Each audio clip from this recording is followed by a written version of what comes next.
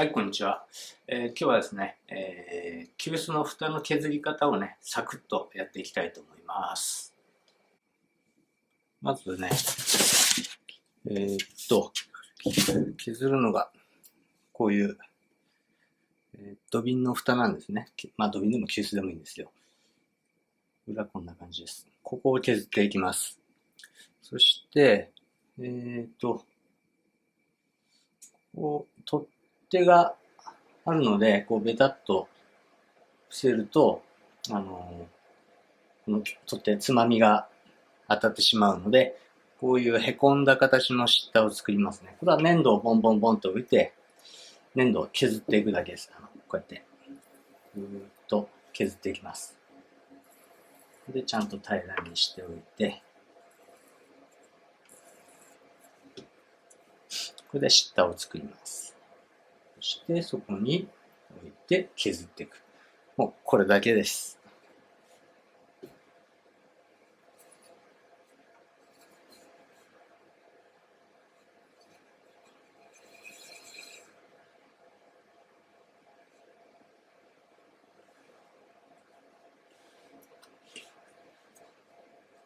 最初にちょっとね、ペットボトルかなんかのキャップでちょっと押さえ込みます。このシッターに密着がね、最初悪いので、乗っけてるだけなので、ね、ずれちゃうと良くないので、最初に押し込んでちょっと押さえてやります。そしたら、あとは、ただ削っていきます。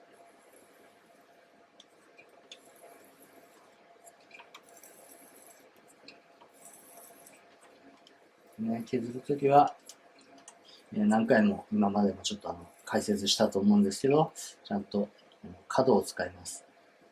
面で。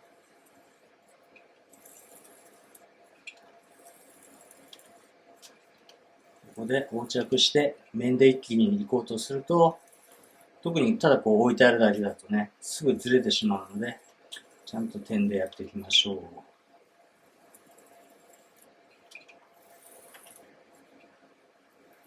あとは、どこまで削るかっていうのは、ちょっとこの形の場合はですね、よいしょ。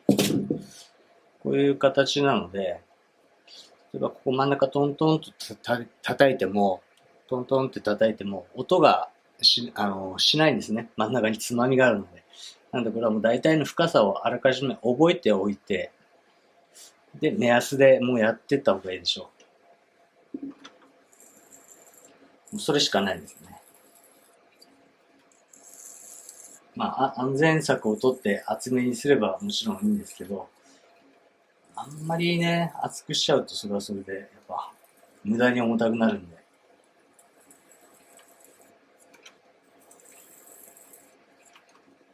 ただそんなにこれは攻め込む必要ないと思います。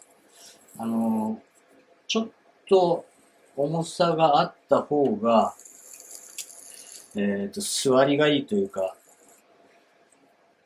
これは土瓶なんですけど、僕はちょっと土瓶に乗っけた時に、若干重さがあった方が座りがいいかなと思ってます。このタイプは。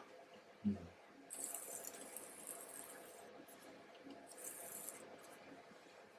で一応ね、これも広大風に削ります。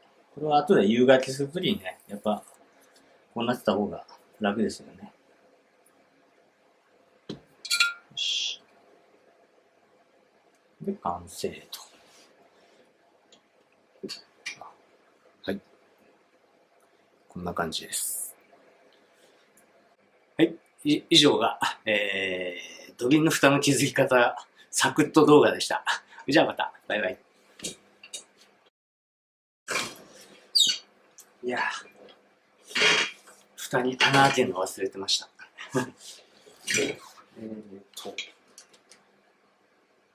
見えないな。まあいいや。ちゃんと穴を開けましょ